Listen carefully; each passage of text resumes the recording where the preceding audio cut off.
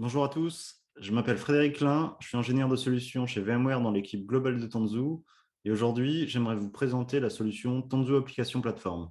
Et concrètement, on va parler de sujets autour du développement et de l'expérience développeur sur des environnements de type Kubernetes, tout en sachant que Kubernetes n'est pas une plateforme prévue pour faire du développement, mais c'est tout simplement une API qui permet de faire une abstraction d'une infrastructure pour piloter des ressources de type network, compute et storage. Et en ce qui concerne l'expérience développeur, donc ce qui se passe au-dessus de l'infrastructure, c'est-à-dire du moment où je code une fonctionnalité jusqu'au déploiement de l'application en production, il y a plusieurs phases et je vous propose de détailler ensemble ces différentes étapes.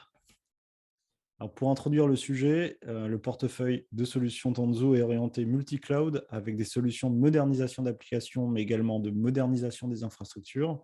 Et aujourd'hui, on va se concentrer sur la partie du haut, la partie applicative.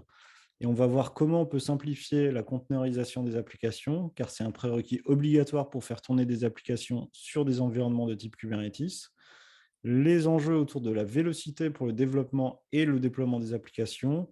Et enfin, on va voir ensemble les différentes possibilités qu'offre le produit VMware Tanzu Application Platform pour aider à automatiser le déploiement d'une application et à tacler les difficultés que l'on peut rencontrer, et notamment que le développeur peut rencontrer, mais également que l'exploitant peut rencontrer aussi, lié à une plateforme de type Kubernetes. Donc, si vous êtes dev ou ops, vous avez déjà dû entendre parler de ces difficultés ou de ces challenges. On va commencer par exemple par les fichiers de configuration, des kilomètres de lignes de fichiers YAML qu'il est nécessaire d'écrire pour pouvoir déployer des applications.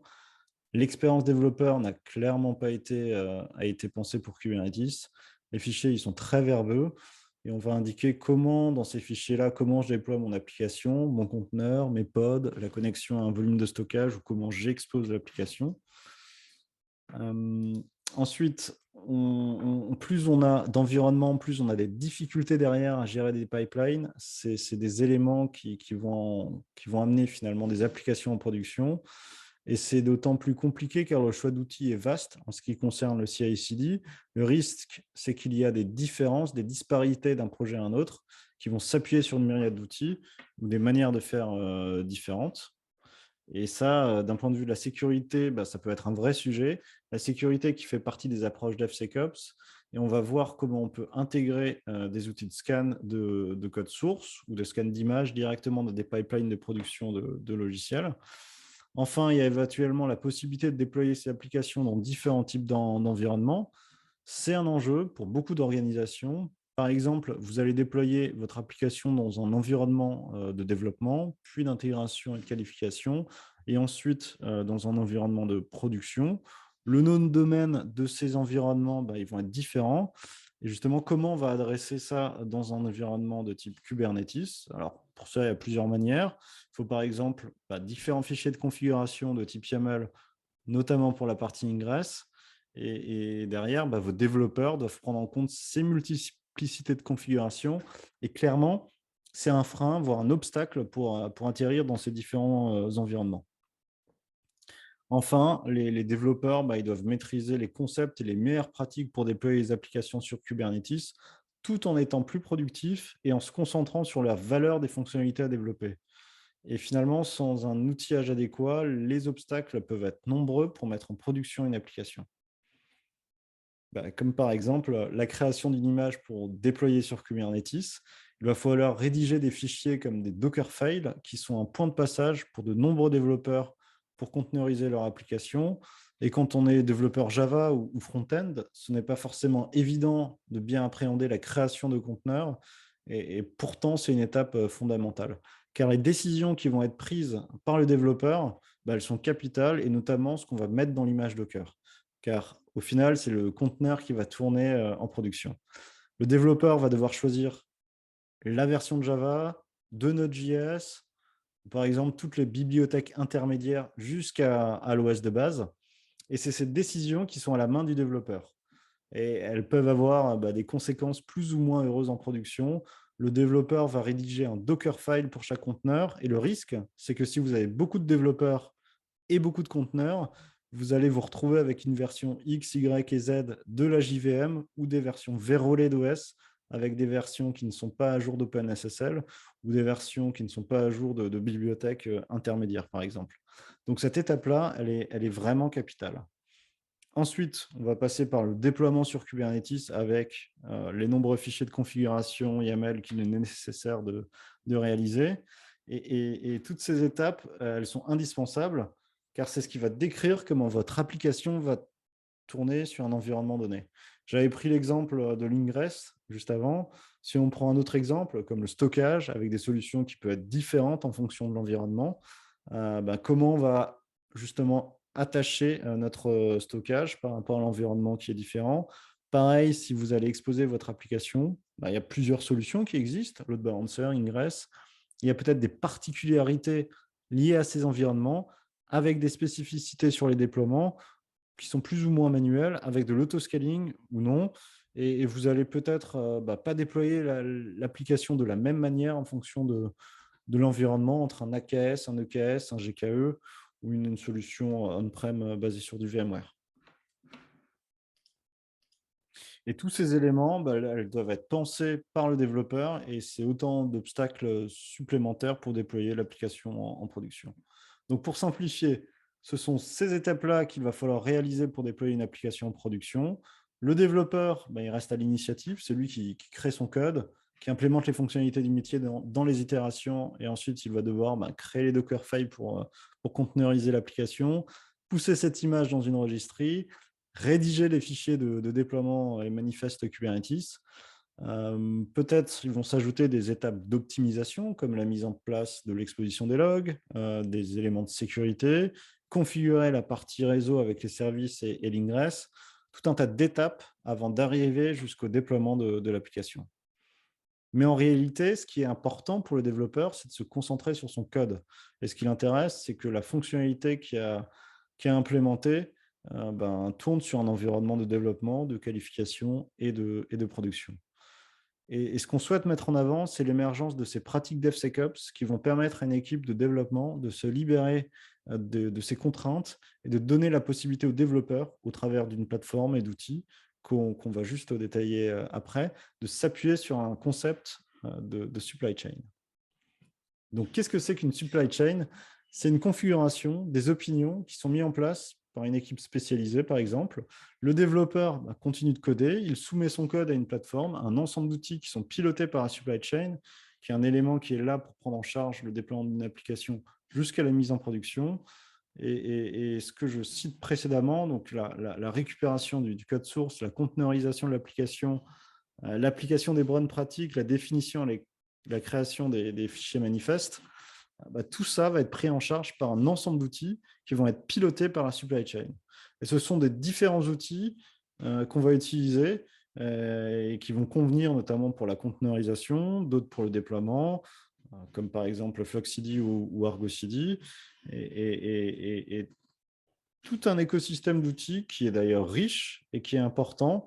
Et l'objectif, c'est vraiment d'avoir une abstraction de tout ça, que les supply chains, elles sont mises en place par des équipes spécialisées dans votre organisation et que cela simplifie tout simplement la vie du développeur pour que celui-ci ait l'impression que tout soit fluide et transparent, que l'on soit en mesure de déployer des applications sur des environnements sans avoir à se soucier du reste.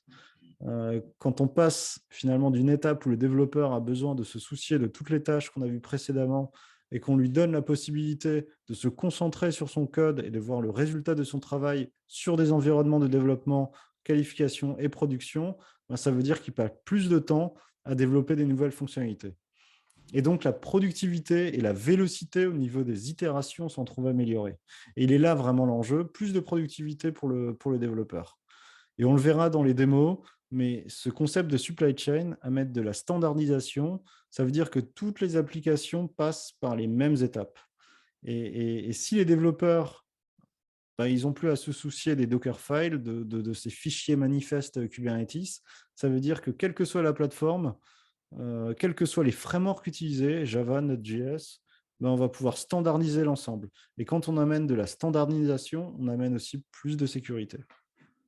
Parce que finalement, le jour où vous devez patcher, où vous devez déployer une nouvelle application de Java qui corrige des failles de sécurité critiques. Si toutes vos applications sont alignées sur une version de Java donnée, vous avez la main sur le process de construction, de vérification et de déploiement de l'application. Ça va aller beaucoup plus vite comparé à un processus où vous êtes à la merci des développeurs qui doivent rejouer toutes les étapes qu'on a vues juste avant. Et derrière, ça va retarder le déploiement de patchs de sécurité. Donc, cette approche arrive de manière complémentaire avec l'approche standard Kubernetes, où les applications, elles doivent être construites, comme on l'a vu dans les exemples, avec les ingress, les solutions de stockage, les plateformes.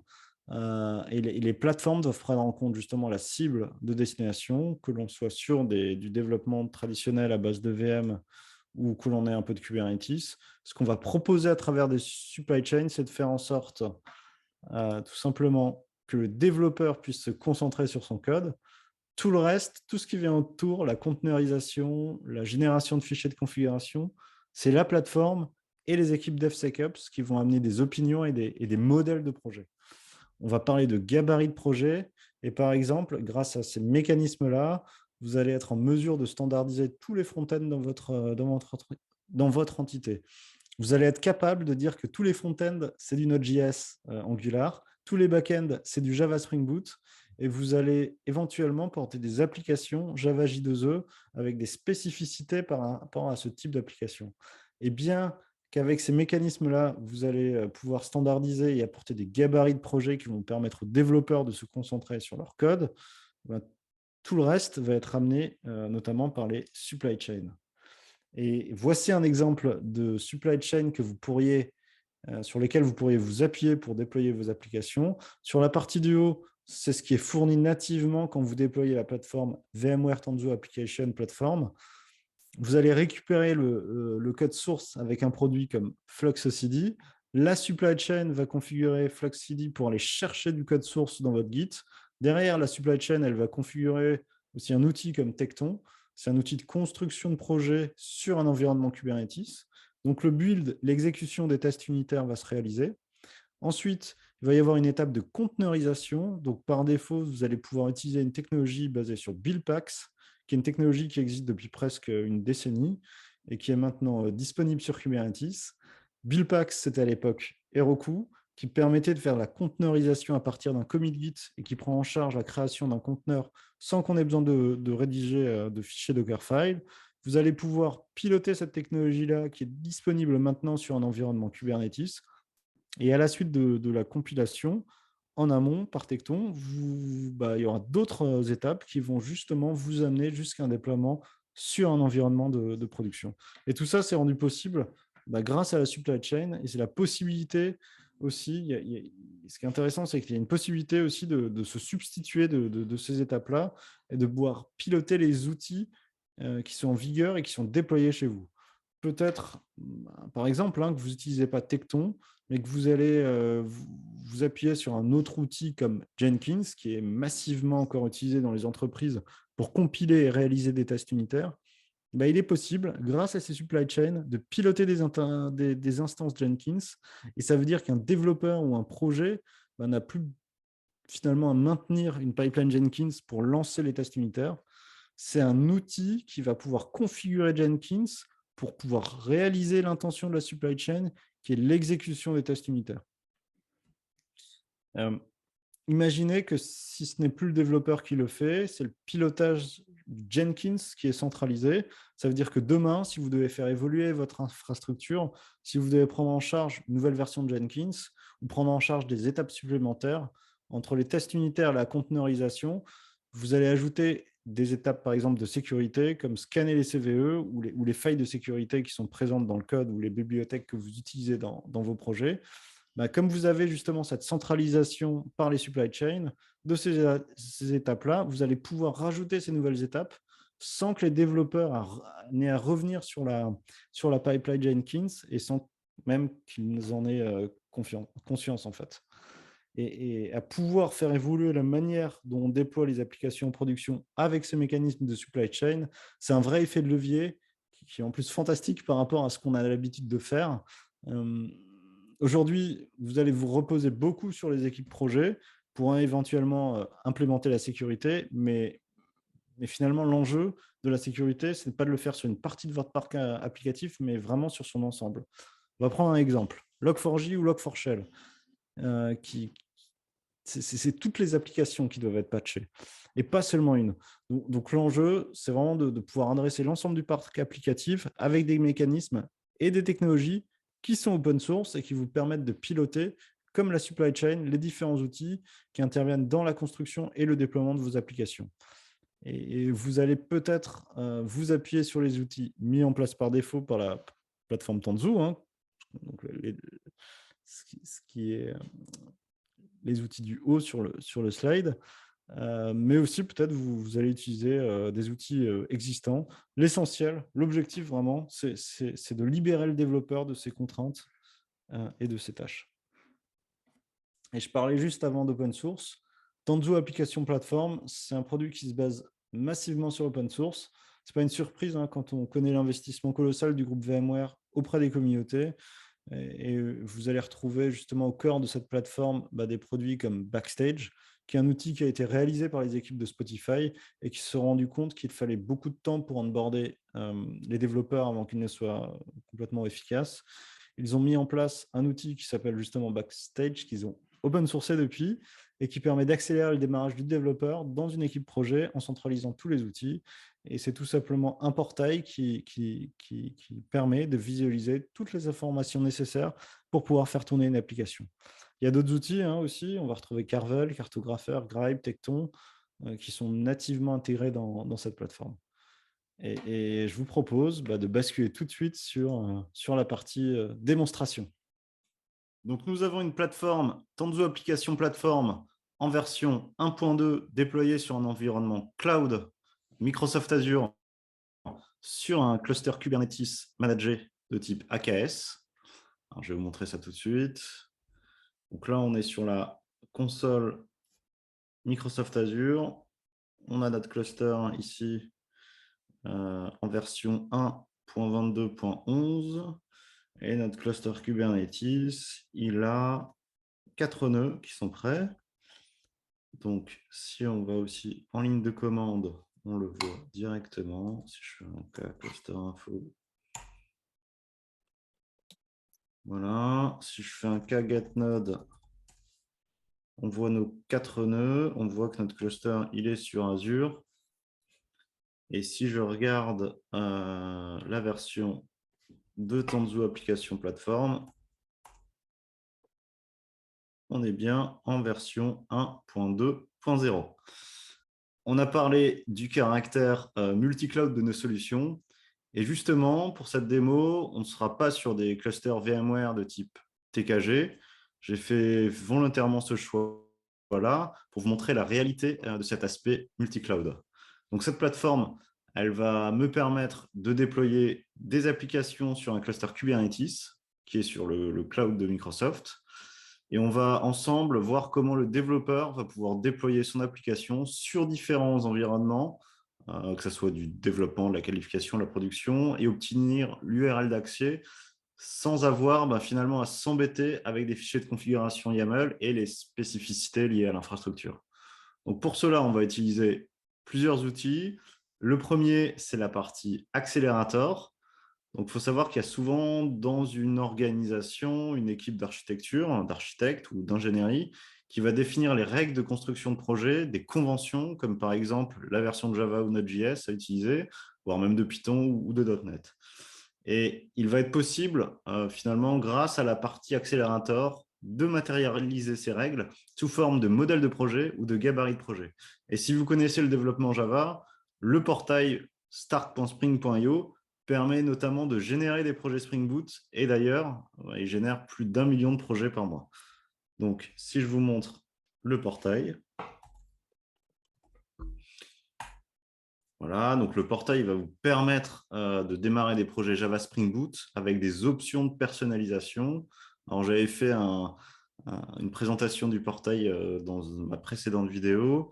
Donc, pour rappel, les options de personnalisation, je veux par exemple faire un projet de type web, je le sélectionne, je veux peut-être mettre, je ne sais pas moi, du Kafka, Et ben voilà, j'ajoute l'option de personnalisation et j'ajoute toutes ces dépendances qui vont me permettre de démarrer très rapidement un projet avec les fonctionnalités nécessaires. Et, et en fait, si on va sur la partie accélérateur, que j'ai juste évoqué précédemment, voilà, là on est sur accélérateur, et ben finalement, l'accélérateur intégré dans la plateforme Tanzu Application Platform, c'est la même chose que start.spring.io, sauf que ce n'est pas juste appliqué à Java et Spring Boot. Vous pouvez finalement définir des règles et des options de personnalisation pour démarrer un projet à partir d'autres langages que Java. L'objectif, c'est bien que vous ameniez votre propre modèle de projet.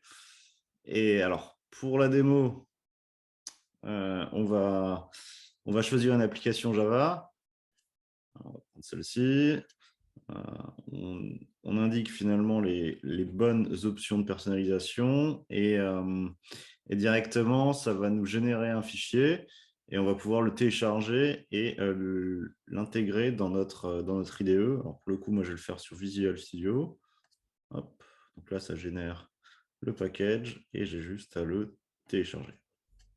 Donc ce code, on va l'ouvrir dans mon environnement de développement qui est Visual Studio Code. Et en complément du code pré-généré, on va retrouver un fichier qui a été défini. C'est le fichier workload.yaml qu'on retrouve ici. Et il va me permettre de déployer l'application sur une plateforme de type Tanzu Application Platform. Et avec ces quelques lignes de code, donc il y en a à peu près 17, elles vont me permettre de déployer sur n'importe quel type de cloud mon application. Et tout ce qui concerne l'IGRES, les solutions stockage, la mémoire, c'est d'autres personnes qui vont définir les règles du jeu. Et concrètement, en fonction du type d'application, du type de workload, donc là, on retrouve le type d'application qui est web, et ben, comment les applications sont conteneurisées, exposées, testées, quelle techno utiliser.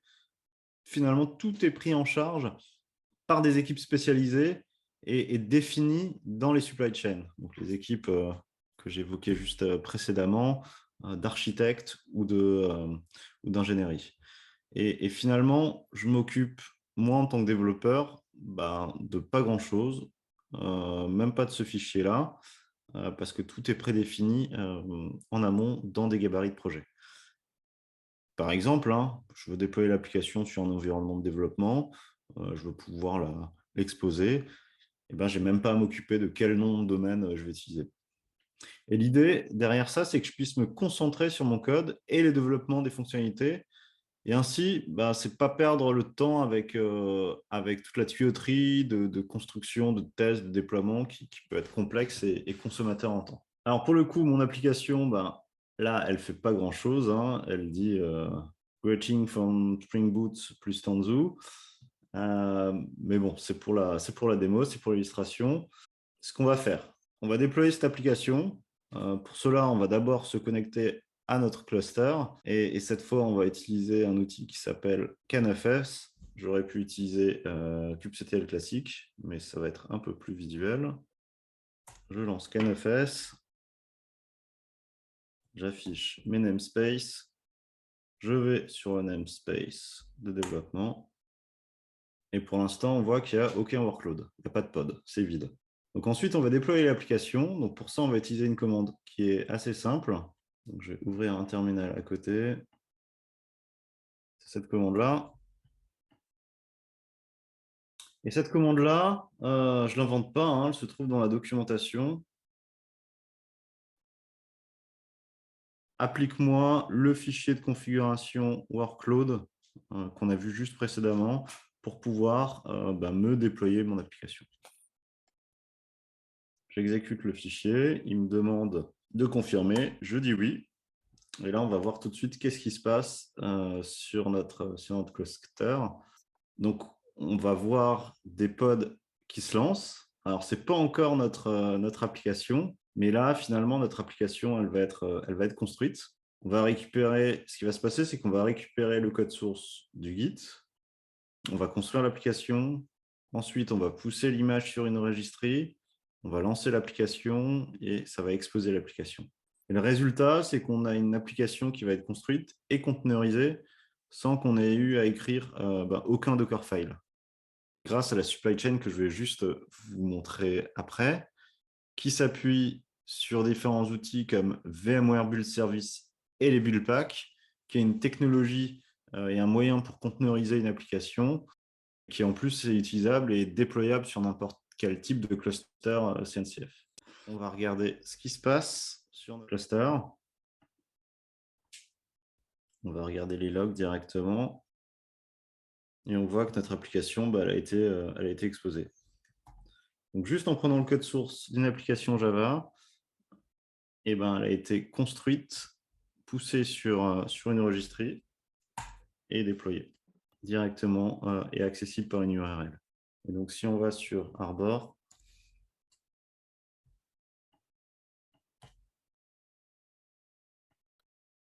qu'on trouve ici, voilà l'artefact qui a été positionné. Et si on regarde la supply chain de notre application dev, a été construite et poussée sur une registry et déployée. Donc maintenant, ce que je vous propose, c'est qu'on va ajouter une fonctionnalité. La conséquence, c'est que dès qu'un nouveau code sera disponible, l'application va être buildée et la nouvelle version va être redéployée. Donc, ce que je vous propose, c'est qu'on aille sur le guide de l'application et qu'on fasse une modification. Donc, le guide, il se trouve ici. Hop. Et on va modifier le hello. Et on va en rajouter plus demo Fred. Et on va committer les changements. Et automatiquement, si on retourne dans notre supply chain, ce qu'on va voir, c'est que la supply chain va détecter le changement et va relancer le build de l'application. Voilà, là, il a détecté le changement et automatiquement, ça va relancer le build. Si on regarde les logs, on va voir que l'application, elle va être reconstruite. Voilà, là, on voit qu'on utilise les build packs Paketo pour justement builder notre application et construire notre conteneur. L'image est pushée sur notre registry qui est Arbor. Voilà, notre application elle vient d'être exposée. Et donc, si je rafraîchis, le H c'est mieux, on voit bien la modification qui a été prise en compte. Maintenant qu'on a déployé notre application et réalisé plusieurs modifications sur l'environnement de développement, je vous propose de déployer une version en production. Et avant cela, je voulais vous parler de stratégies de branche sur Git. Ce sont des stratégies classiques qui sont utilisées dans l'industrie du développement. Et donc, pour bien comprendre, voici un schéma d'une stratégie de branche de type Git Flow. Mais rassurez-vous, c'est beaucoup plus simple que cela en a l'air. Donc, c'est une stratégie qui possède 5 branches, 2 branches principales qui sont master et develop, et 3 autres branches de support qui sont hotfix, feature et release. Le code qui se trouve dans la branche master est le code qui est prêt à la production. La branche develop contient les dernières modifications de notre code. Il est le plus avancé que le code qui se trouve dans la branche master. Lorsque le code qui se trouve dans la branche develop est prêt et stable, il peut être déployé dans la branche master et tagué avec une release.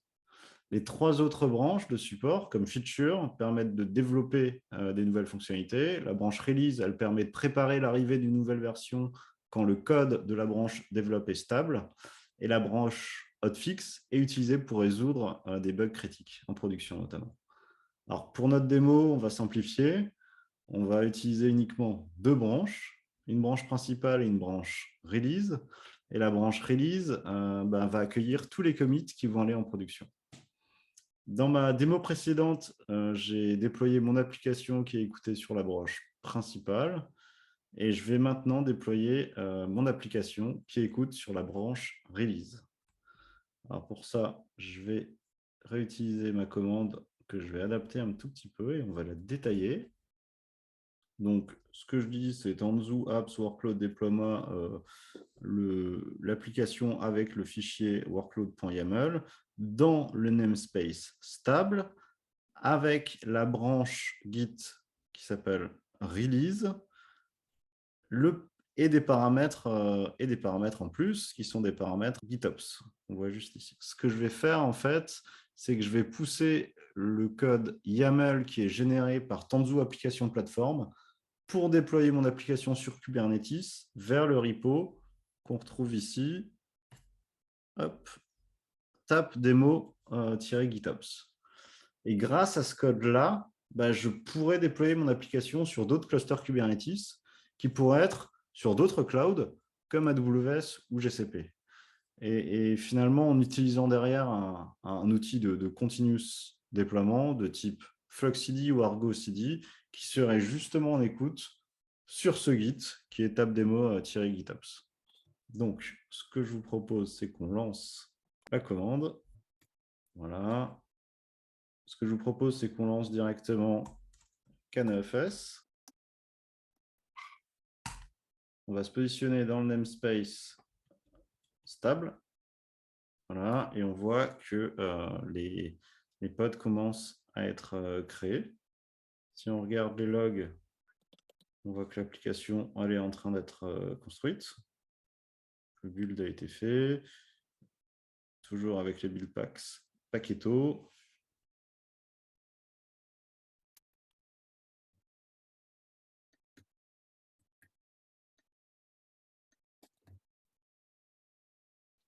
Et on voit que l'application est prête avec l'URL. Et donc, si je lance l'URL, on va retrouver l'application qui a été exposée. Par contre, par rapport à mon environnement de développement, qui est juste à côté, on n'a pas la modification qui a été prise. On n'a pas le démo thread en plus. Donc, ce qu'on va faire, c'est qu'on va promouvoir les modifications qui ont été faites sur la branche de développement. Donc, je vais aller directement sur mon Git, sur mon GitHub. Et donc, pour promouvoir nos modifications dans la branche stable, release, on va faire ce qu'on appelle un pull request.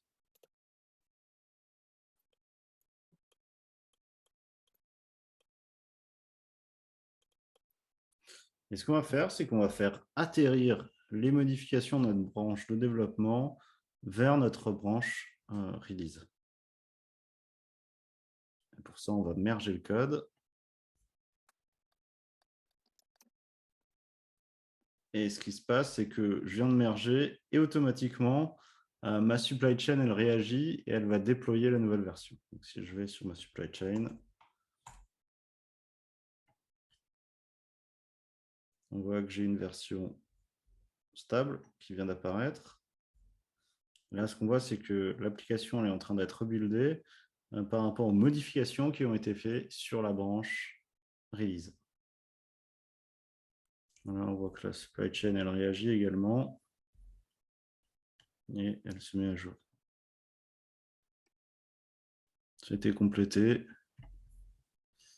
Et si on met à jour l'URL, si on recharge l'URL, on voit que les modifications, elles ont été prises sur l'application qui est dans la branche stable. Et si on regarde la partie GitOps, on va constater que le code YAML de déploiement pour Kubernetes a été poussé sur le Git avec toutes les spécificités pour exécuter l'application. On va regarder ça tout de suite. Donc, si on retourne sur le Git, le fichier a été poussé sur tap-demo-gitops et on retrouve le fichier delivery.yaml et on va retrouver vraiment toutes les spécificités pour exécuter l'application, comme par exemple les options Java qu'on retrouve ici ou éventuellement le port d'exposition. Alors là, c'est du Knative, mais je pourrais justement utiliser un outil comme FluxCD ou Argo CD pour être en écoute sur ce repo et puis déployer mon application sur d'autres clusters type Kubernetes. Et pour conclure, Tanzu Application Platform est un outil qui est là pour aider les développeurs dans la simplification des développements, mais également les opérateurs d'infrastructure avec une approche multi-cloud qui vous permet de déployer sur n'importe quel type d'environnement. Pour la démo, on était sur Microsoft Azure, mais j'aurais pu déployer mon application aussi bien sur AWS, GCP ou sur une infrastructure on-premise. Vous avez des outils qui sont proposés par défaut pour la sécurité, les conventions, les bonnes pratiques, comme des supply chains qui sont prêtes à l'emploi. De plus, c'est un outil qui est très flexible. Vous pouvez personnaliser la manière dont vous déployez les applications. Vous avez accès aux templates des supply chains. Vous avez aussi la possibilité d'ajouter des étapes.